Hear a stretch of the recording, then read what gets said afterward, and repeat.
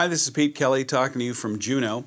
And as we approach the halfway point of this legislative session, I think it's important to take stock in exactly where we are. The state is in a recession, there's no question about it. We're not in a recession because the government spends too much or too little. In fact, the government does spend too much. But that isn't the problem. The problem really is the fact that we had a massive drop in our revenue because we had oil prices crash.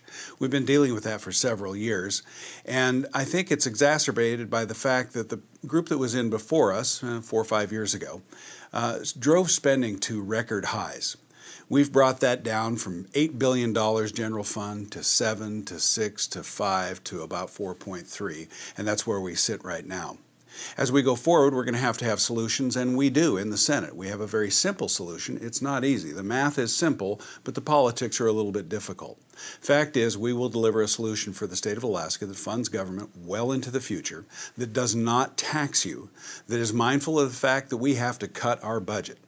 And it will restructure the permanent fund permanent fund dividend so that it lasts longer, so that it doesn't crash along with everything else. I think it's important that the people of Alaska understand that there are people working here, and sometimes there's a lot of noise that comes out of Juneau. It sounds like kind of madness.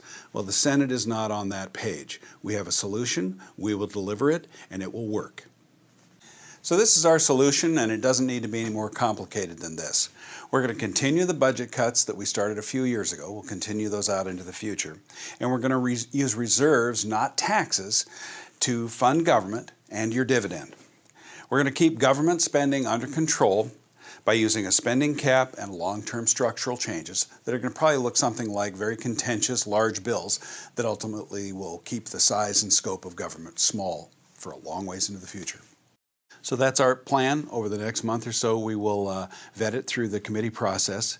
It will do a few things. It will protect the dividend and make sure that it's viable into the future.